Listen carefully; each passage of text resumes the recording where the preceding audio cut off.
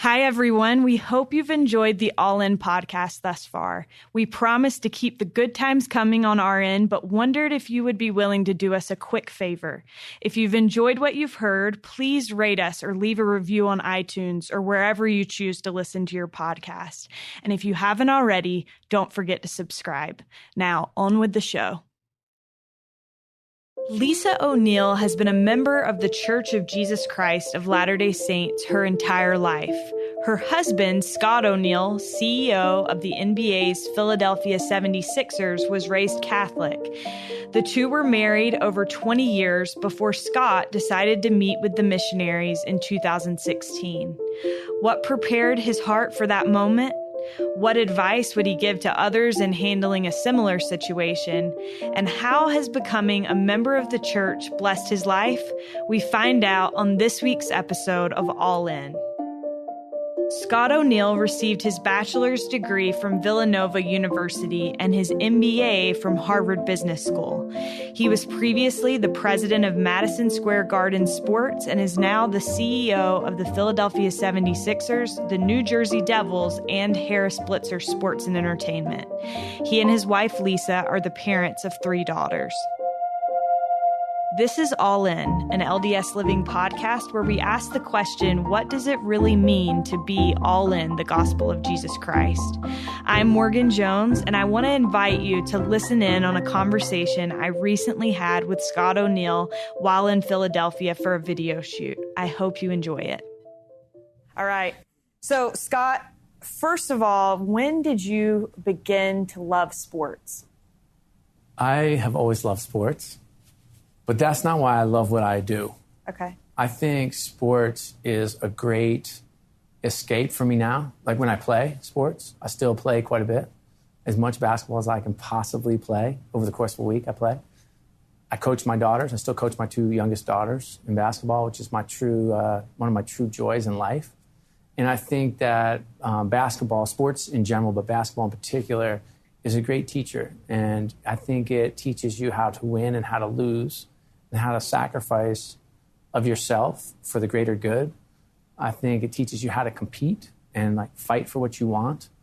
And I think it teaches you how to sweat and how to work. And I love the aspect of team that particular team sports brings, and that you're working together kind of in concert for something greater.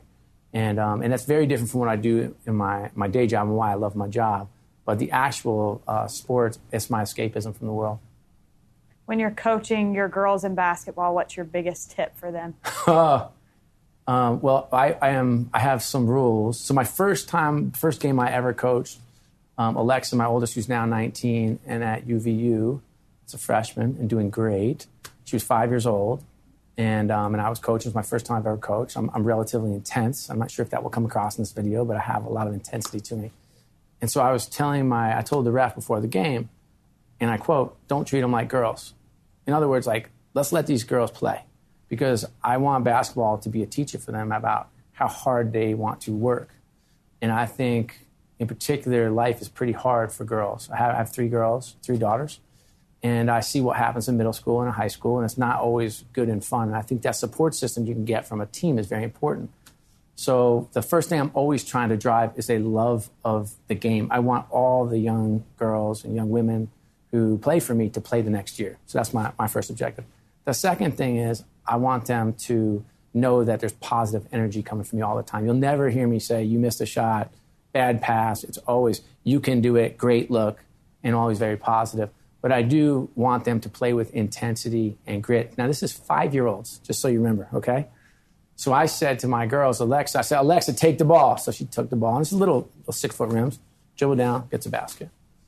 Girl dribbles over. I'm like, take it. Takes the ball, dribbles down, gets another layup. Amber, take the ball. Amber takes the ball, dribbles down, gets a ball. Anna, take it from her. Takes it. So we're up 8-10-0 right away.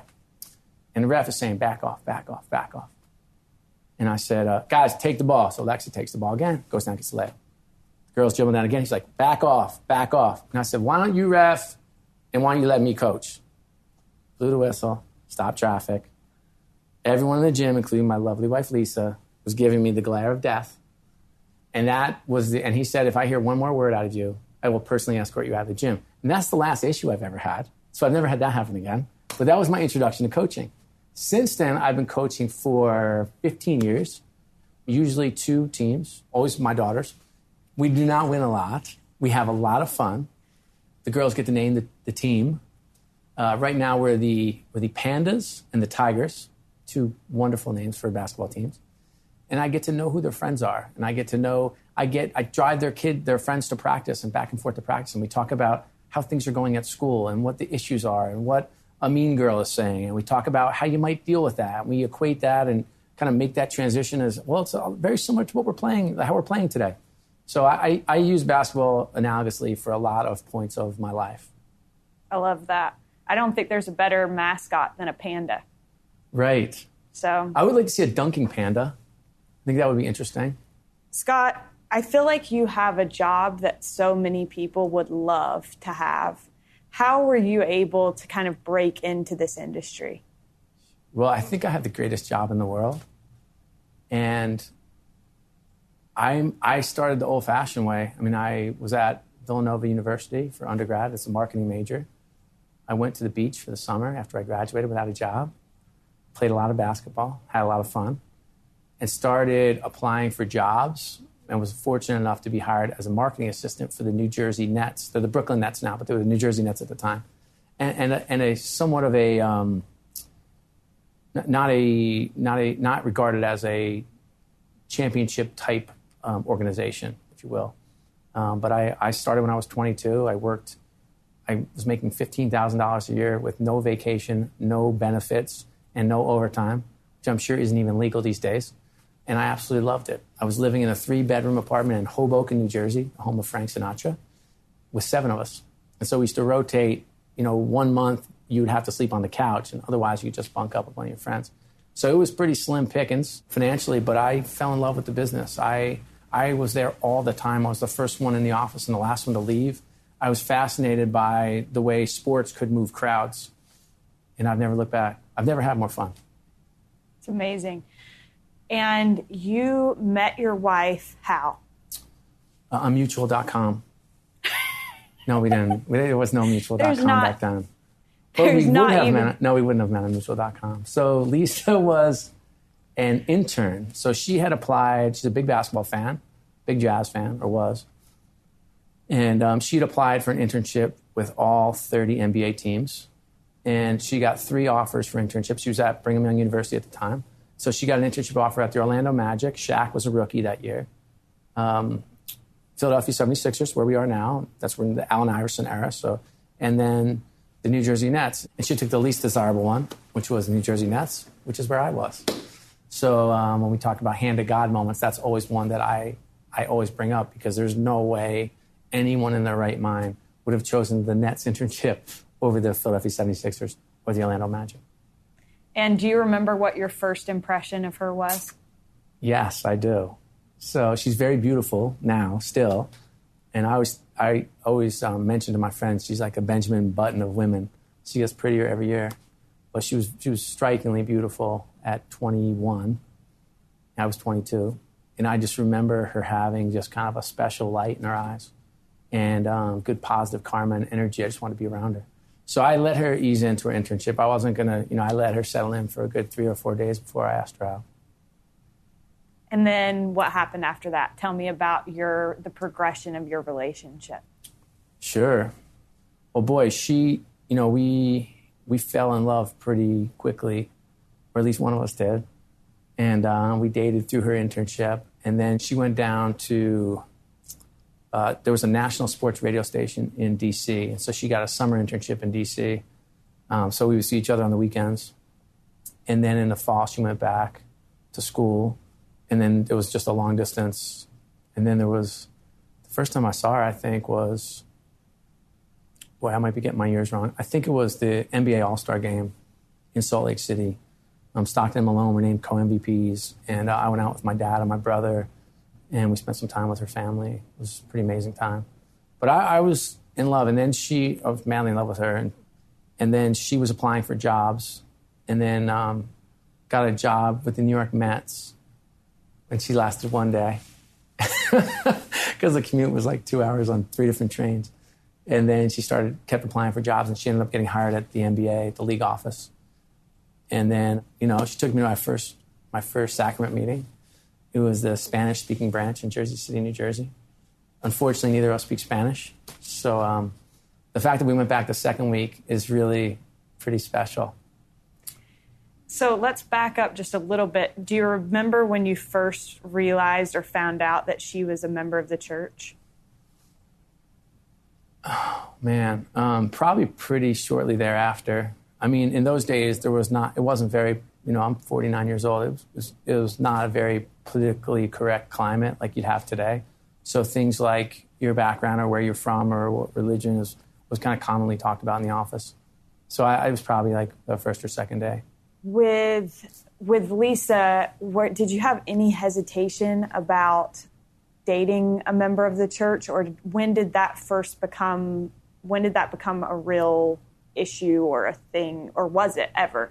It was never. I never hesitated for a minute in dating her because she was a member of the church. I mean, what I was attracted to about her was just her core strength and values, her love and strength of her family, and how beautiful she was. I was young, but she was beautiful inside and out. And so, no, being a member of the church was never a factor for me. Were you religious growing up?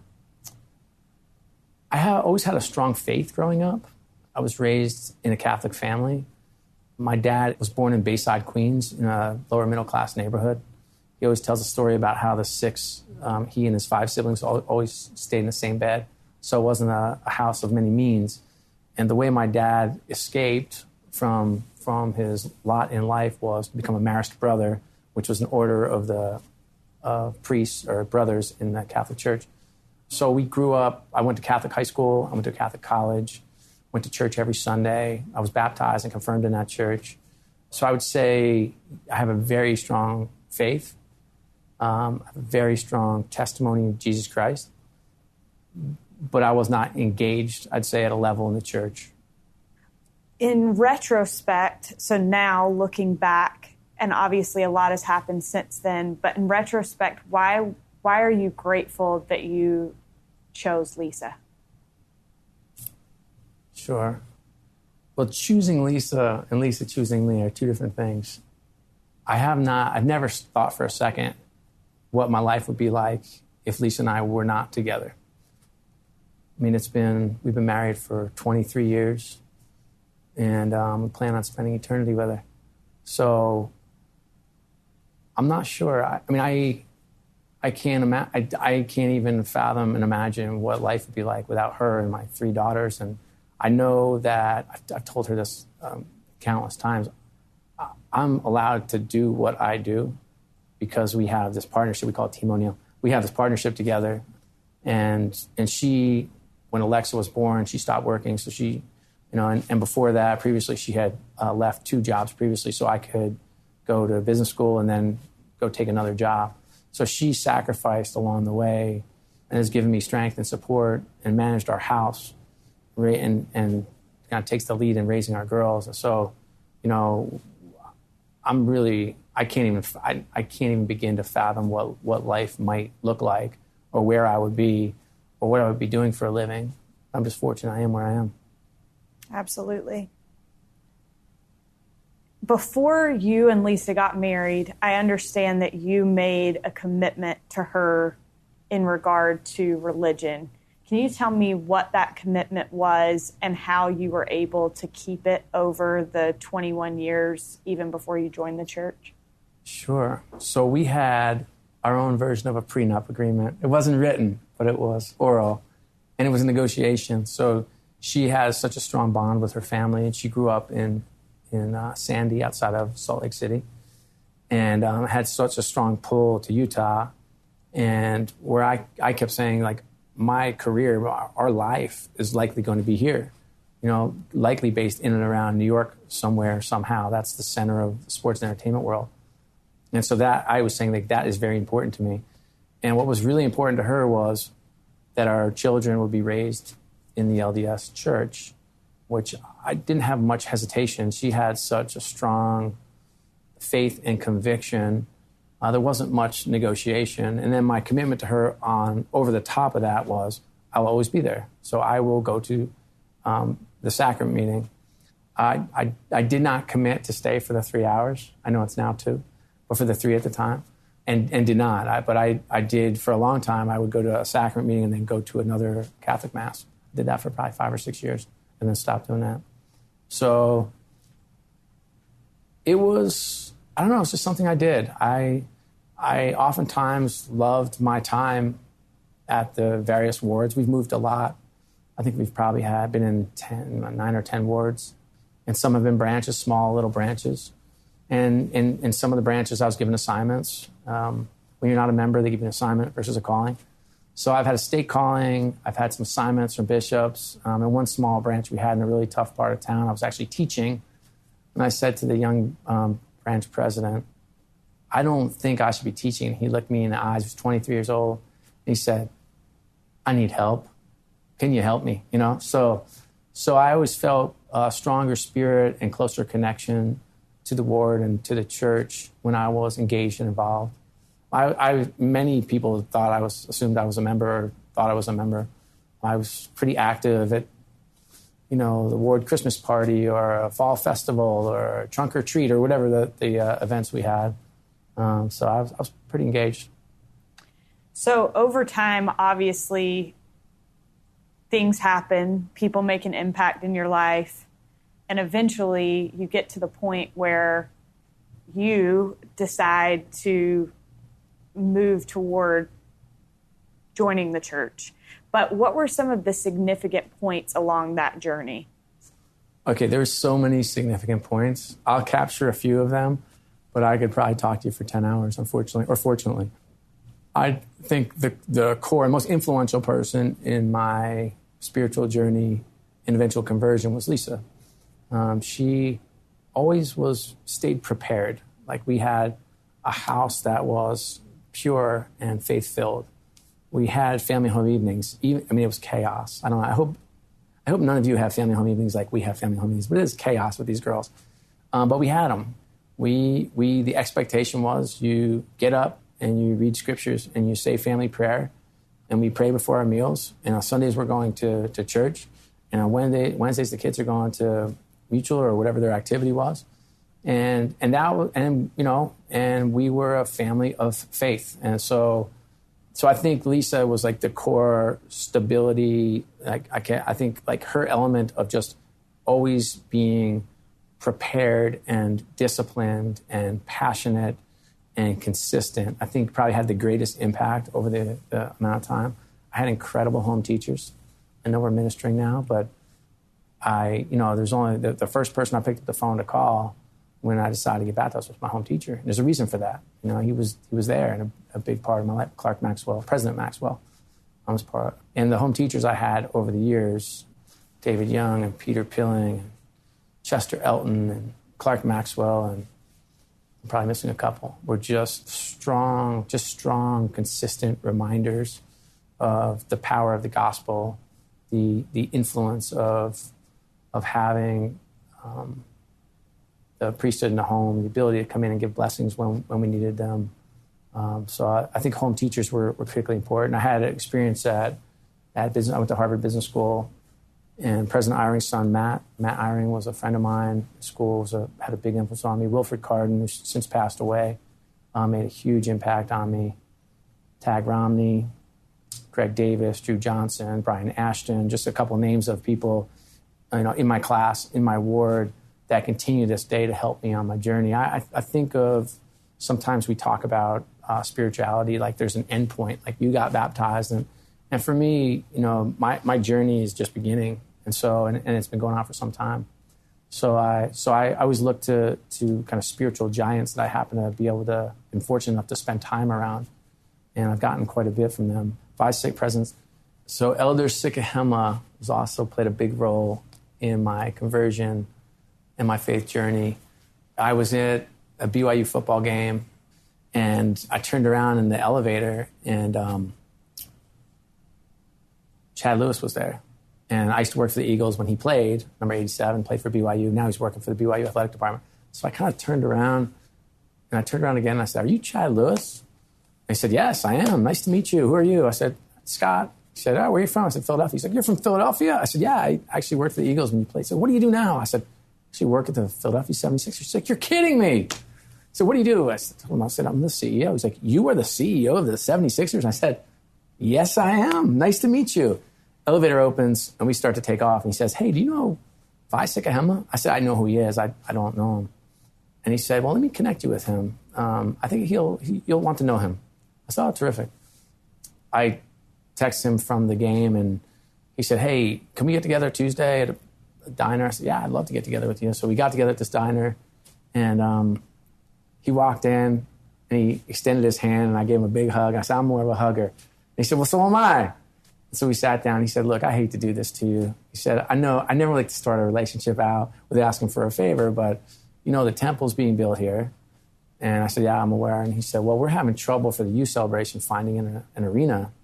And we have members from Salt Lake coming out to see places, and I don't even know where to turn. So I think this is like a hand of God that you just dropped into my lap to help me." And I said, "Well, I don't know if I've been dropped in your lap, but this is one business I can actually help you with." And I said, "Well, when are they coming out?" He said, "This afternoon." I said, "Well, I better get to work then." And so that's how we started our relationship. And it's blossomed into an incredible friendship. He took me through the temple open house. And I remember being in the celestial room and him whispering in my ear, "You better get baptized, or your daughter's going to be in here by herself on our wedding day."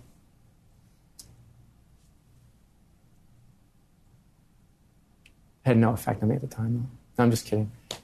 So he was an incredible force. He invited me to a state conference, and we just had an unusual connection. And he's been a force ever since. I love that. I love how you can see all these different people. It kind of all adds up over time, and you see God's hand. Right. There's no other. You can't reasonably come up with any other explanation than God's hand in my life and orchestrating and giving me chance after chance. And at some point, even the most stubborn will fall. Do you think that Lisa thought you would ever join the church? I think what she will say is, "I knew he was going to join the church, maybe not in this life, but definitely the next." I think that's what she'll say. But Lisa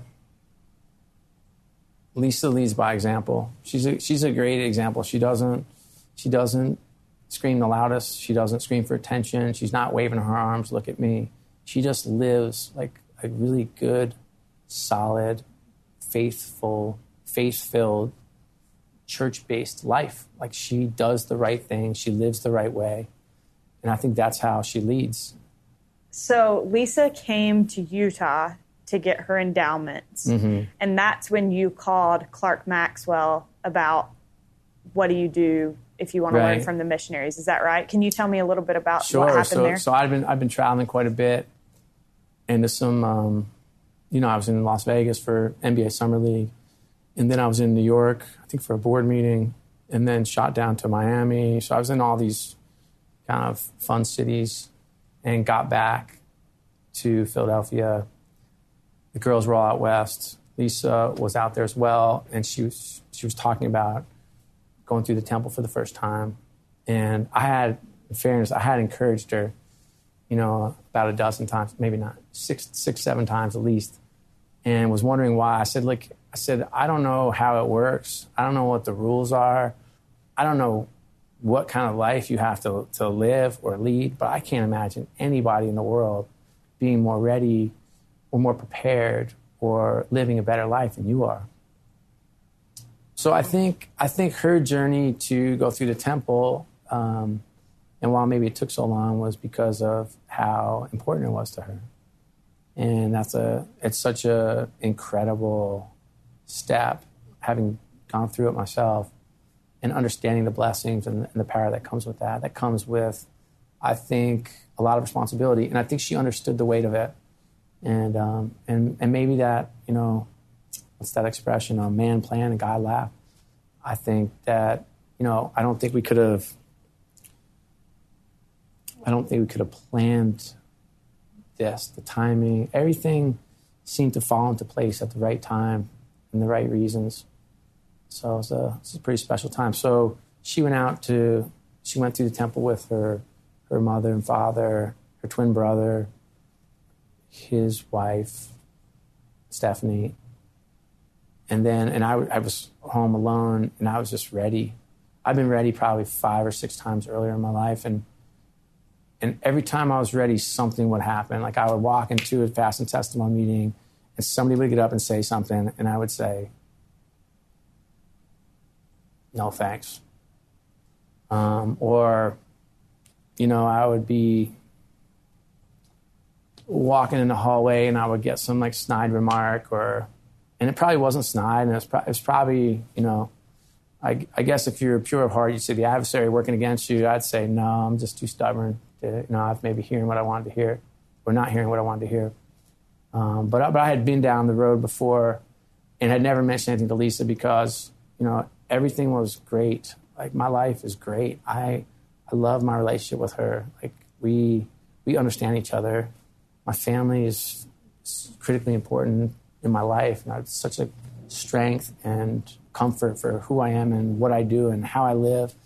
And I didn't want to just screw it up. I didn't want to get her excited and then go another way. And I didn't want the pain or drama. So I called President Maxwell, who's in our stake presidency, and he was our home teacher, and just he should be a mission president. If someone's listening out there, he should be a mission president somewhere. He and his wife Carrie they're dear friends, and he is everything that's right about a church run by lay people. Like he lives it, he is it. He means what he says what he means. He lives the gospel every minute of every day, and is a great example. And so I called him, and I said, "Hey, any chance we can catch dinner?" So we went to Red Sombrero. It's like a takeout Mexican, but we're eating outside. And I just sat down. I said, "All right, I'm ready to get baptized. How does this actually get done?" And he said something like, "Only you would start that way." And he said, "Well, have you read the Book of Mormon?" I said, "Yep."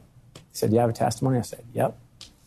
And he said, "Well, let's call the missionaries and get the discussions going." And I said, "Well, I kind of need the 2.0 version. I mean, I've been coming to church for 20 years. So I love missionaries. I love, 19-year-old men walking me through the plan of salvation. But I'm really looking for like a little next level conversation." And which he laughed, of course. And he said, I said, "Oh, one more thing." I said, "I don't want like this to be the scuttlebutt. I'm sure I said, "I don't know how it works, but I imagine there's some role, and the bishop knows, then the stake president knows, then the bishop's wife knows, and then somebody calls Lisa, and this whole thing goes haywire. Like, I can't have it." And he said, "I'll take care of that." And I said, "Can you take care of that?" He's like, "Yeah, well, figure it out."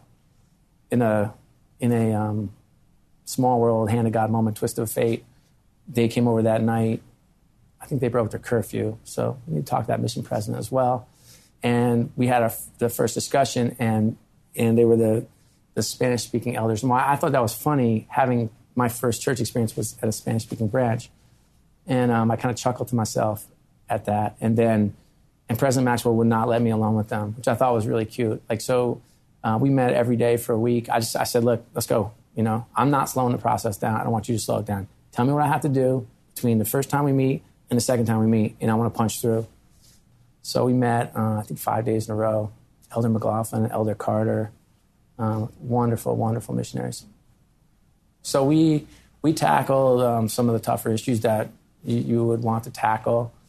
And I think the best thing and smartest thing that President Maxwell said to me was, "Look, we don't have it all figured out. At the end of the day, the timing might not be right. Or, we have this blessing of this living prophet. And, you see what the incredible changes that President Nelson has driven." And he said, "You have strong faith that you believe in the Book of Mormon, you believe Jesus Christ is our Savior, you believe we have a living prophet, you're going to have to jump over some hurdles, you know? And I thought that was like, it was so authentic to me and really resonated. And I was ready to go. And then about 5 days later, Lisa came home, and she walked in the door with 3 daughters, and I gave Lisa a big hug and kissed the girls. And I said, hey, you got a minute? So we went back in our family room and just closed the door because I had like closing doors. And I told her I wanted to be baptized. Yeah, we both cried and hugged, and she's like, she kept saying like, wait, what? Is this real? And the girls came in. They're like, why are you crying? Anyway, but we didn't tell them for a few days. I said, hey, I've got to go through one more of the discussions, and then I want to set a date and I want to go. And she's like, all right, well, let's wait until you set a date, and then we'll let the girls know. And a couple of days later, we got a chance to tell them, which was a pretty spectacular time too. So it's a wonderful time in my life. It is today, you know, and what we've experienced over the last two and a half years is what some people experience over a lifetime. And so to have that all condensed has been a blessing beyond words. So it was pretty amazing.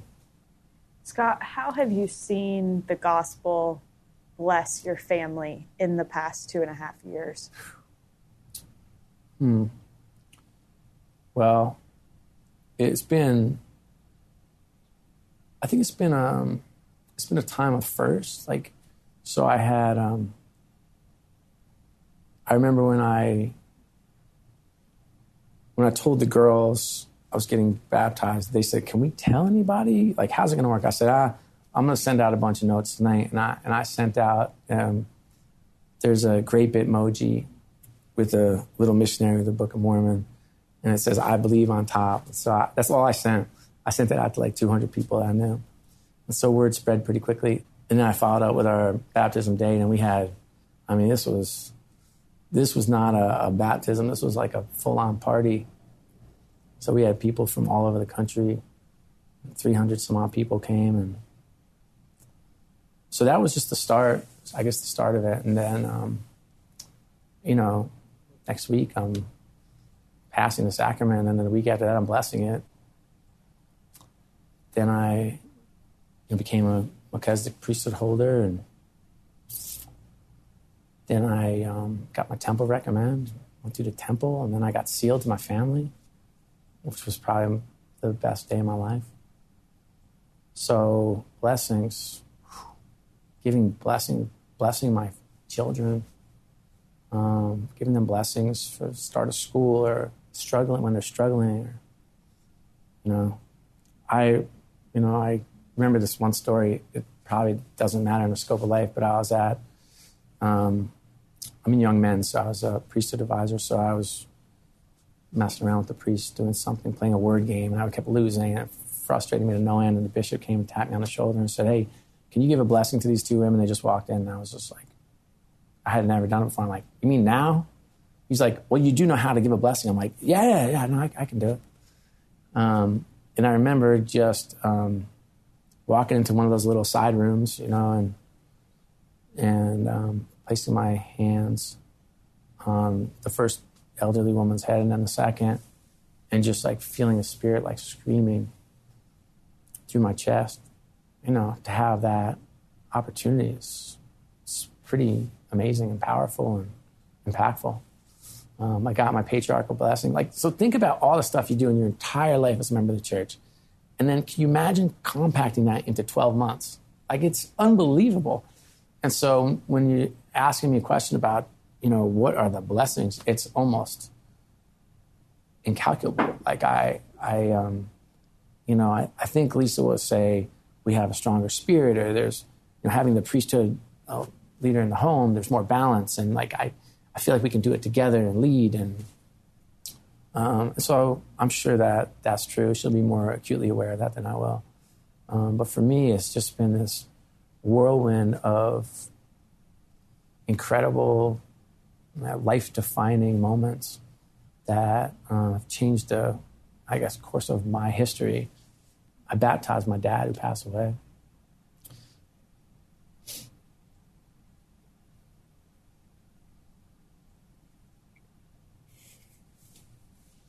And my grandfather and my grandmother.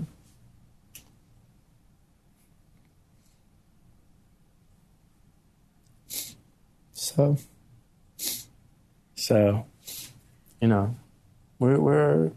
we're getting through it. And then, that hours, it gives you a better appreciation when you remember just the commitment. It's pretty heavy, in terms of if you want to magnify your calling and you want to be all in and you want to, be who you say you are and be what you're talking to the priest about being, it's a real commitment. I had been paying tithing for, 20 some odd years, so that wasn't an adjustment. A couple tweaks on the word of wisdom, we were there. But the commitment of time it's real, it's a lot. And you certainly get more than you give. But that is no joke, the hours you put in. Scott, what is your calling in the church right now? Yeah, so I'm somewhat like in the gray area. So I'm a priesthood advisor. I also was called to State Young Men's Secretary, and I'm serving in the public affairs, key opinion leader, assistant public relations, something, with Shelby Christensen, who's an incredible saint. So I'm in the thick of it. I think one of those might be shifting out, but I told them as a priesthood advisor, I'd like to have that as a lifetime calling. So I told the Elder Kuhn's dad and then the stake president and the bishop, and both shook their head and said, that's not how it works. Why do you think, Scott, why was being sealed to your family so important? And can you tell us a little bit more about that day? I can tell you whatever I remember. It's a bit of a fog. That was something I was most excited about. It's hard, if you grow up, I'm not sure what the correct term is, like a split member family, or what, I don't know what the correct term is, but when you have some non-members in your family, or a married couple has one member and one non-member, it's a little confusing for the children. In particular, the together forever part. You have the songs, families can be together forever. They have that. And then they have like the temple pictures that they color when they're really little, and like families are eternal. And then, then they get a little older and they're actually talking about, being sealed and what that means. And then they're coming home and saying like, hey, wouldn't that be awesome? And they're confused, frustrated, or disappointed, or sensitive, or, curious. And I think, all of that traffic went to Lisa. None of that traffic ever came to me. So I think being baptized was just kind of a momentous moment in our family's lives and our history. And then being able to be sealed was something I was even more excited about. And so were the girls. And so to have the opportunity to... I wish everyone had the opportunity to be sealed to their families when they were 16 and 13 and 10. I do.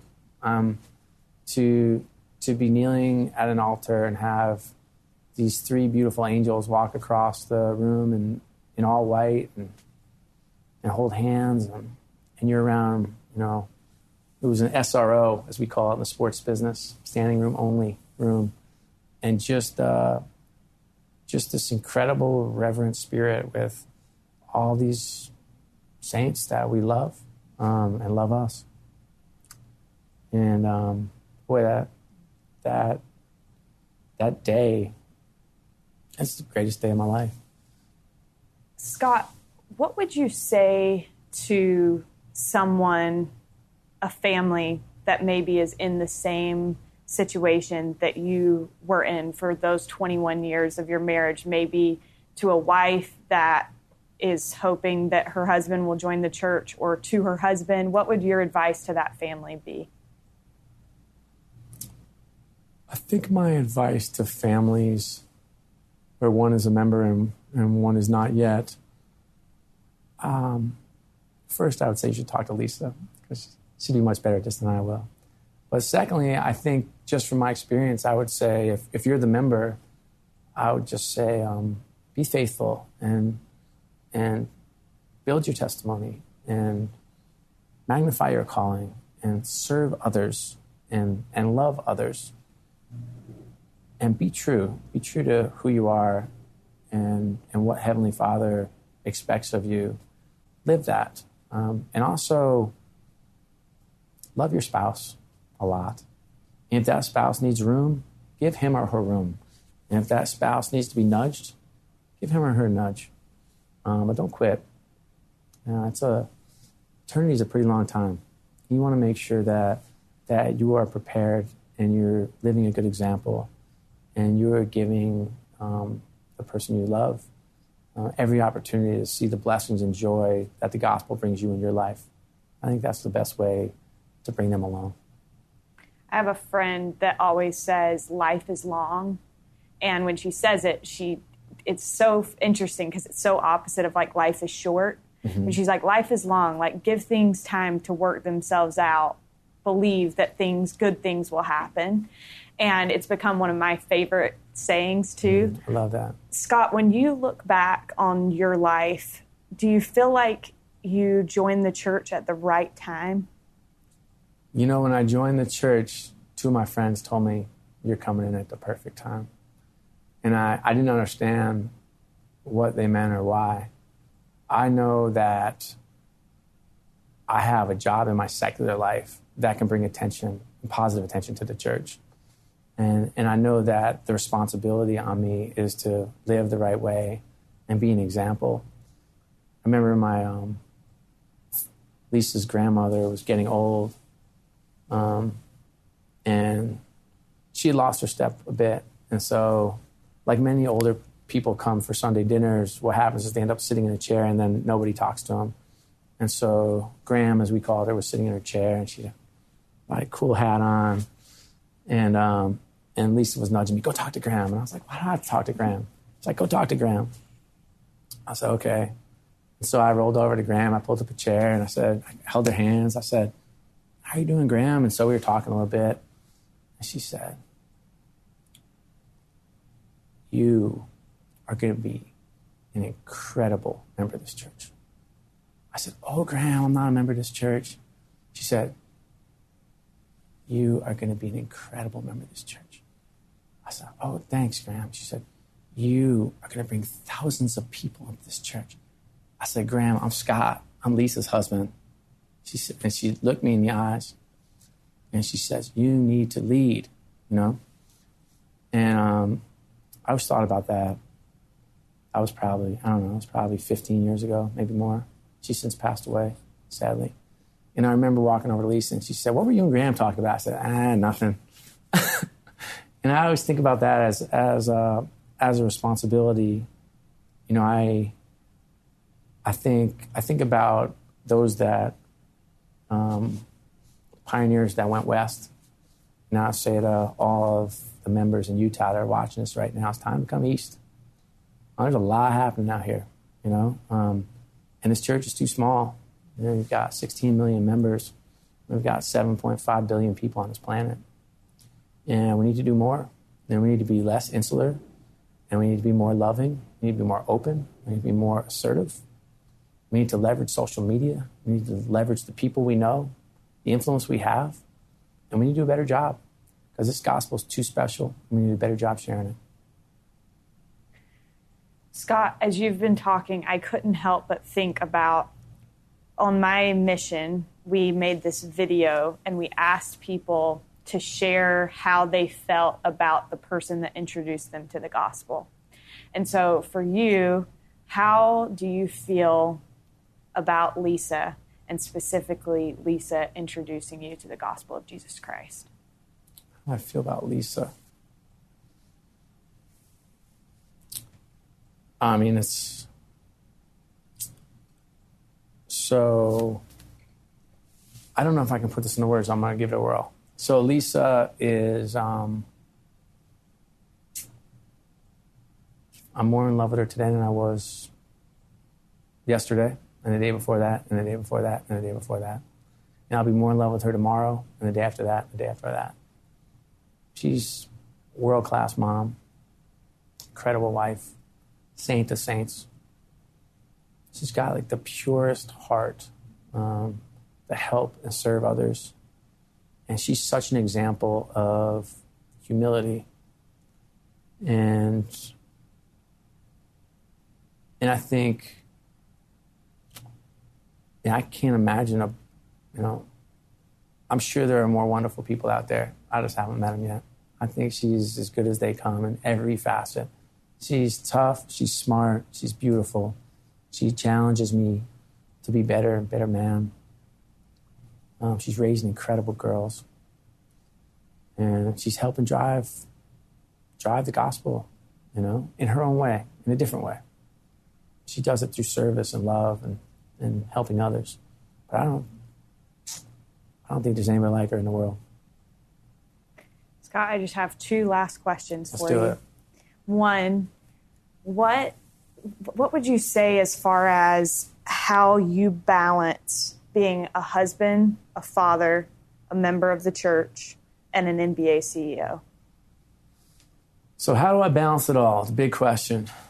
Big question I get quite a bit. I don't think the question is the right question, because I don't think balance is something that is attainable, and I don't strive for it. So what I strive to do is I strive to make sure that I know what my priorities are, and my priorities are my family, my faith, and my work. And so to the extent I'm spending time on my family, my faith, and my work, that's a good start. To the extent that when I'm spending time with my family or with my faith or both, or on my work, that I'm wholly present and I am, as I like to say, I am where my feet are, I think I can be better at what I do with the time I have. We don't have a lot of time. As a dad, I don't have a lot of time. I get up in the morning, it's chaos in the morning in my house. People getting ready, breakfast flying all over the place, scrambling for the car, and books and book bags and sneakers and blah, blah, blah. And so I've got, 40 minutes in the morning. I drive Kira to seminary and pick her up. I got my 40 minutes there, and then I got 40 minutes of chaos in the house. And I'll be home tonight at 8 o'clock, and hopefully I'll get an hour with them. And so I got to spend those 2 hours. I got to make sure that I am 100% with them. My phone's down, the TV's off, and I'm connecting with them on something that matters and something that's real, and that I can help them and maybe teach them or maybe learn from them. And then when I'm at work, I'm not worried about what my daughter's doing at school, because I'm focusing, I'm here. When I'm talking to you, I'm talking right at you. I'm not focusing on what I'm doing in 5 minutes or 10 minutes or what I did 5 minutes ago. So for me, it's about being where my feet are. And that's the best way I can live my purest life. That is ironic, or maybe not ironic at all, but I think it's super interesting. A few weeks ago, I interviewed Greg McEwen. I don't know if you've ever read Essentialism, but he's a member of the church. And when I asked him the all-in question, he said that he had been reading President Nelson's book, or he had watched a documentary about President Nelson, and in it, his kids said that he was 100% present wherever he was. So when he was at the hospital, he was present. When he was with his family, he was present. And Greg said that he thought that's what it meant to be all in. And so you are following the example of the prophet, which is pretty cool. Last question for you, Scott. What does it mean to you to be all in the gospel of Jesus Christ?